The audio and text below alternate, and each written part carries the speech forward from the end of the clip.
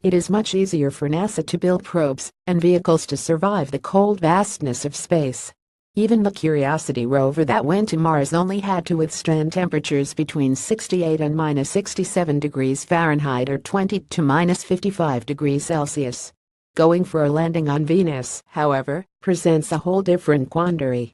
Let's get the basics of Venus out of the way first, the most glaring being a surface temperature of more than 850 degrees 462 degrees Celsius. That is enough to combust paper almost immediately. Throw in an atmosphere made up of carbon dioxide, nitrogen, and sulfur dioxide at a density high enough to make today's nuclear subs collapse, as if they were cardboard. I like to think of Venus as turning your oven at home onto self-cleaning mode, but also filling it with easy off. Jason Derleth, head of NASA's Innovative Advanced Concepts NIAC program, told Wired. That's still not as toxic as the chemical soup it has as its atmosphere. And it's still not as hot. As for how a robot would survive, there is very little data to go on.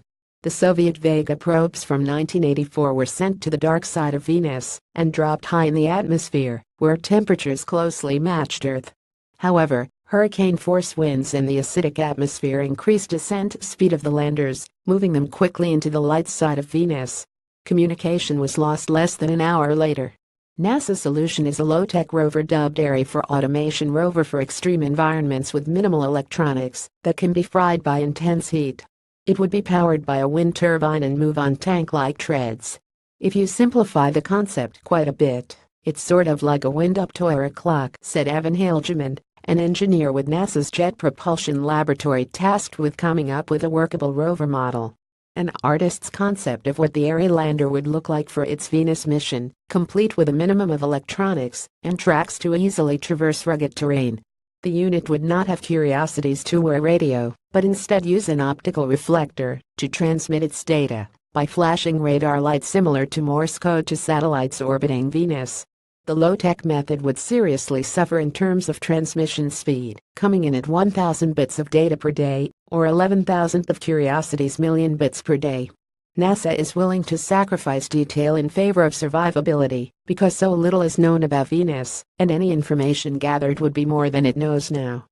While the concept of ARI is intriguing, the rover may never actually see the surface of Venus. Instead, it will likely be used as a tool to create a better version when NASA actually decides to move forward. After all, NIAC was designed to think outside the box about technology that might be needed anywhere from 10 to 50 years in the future. Typically we'd say let's add more sensors into electronics, but we want to get people thinking about how to use clever mechanisms, Hilgeman said of NIAC's goals. We want to change the way people think about doing missions. ARI just received funding for another 3 years of research, which should allow scientists to create a crude prototype of the vehicle. Image Nasaj Fakultik via Wired.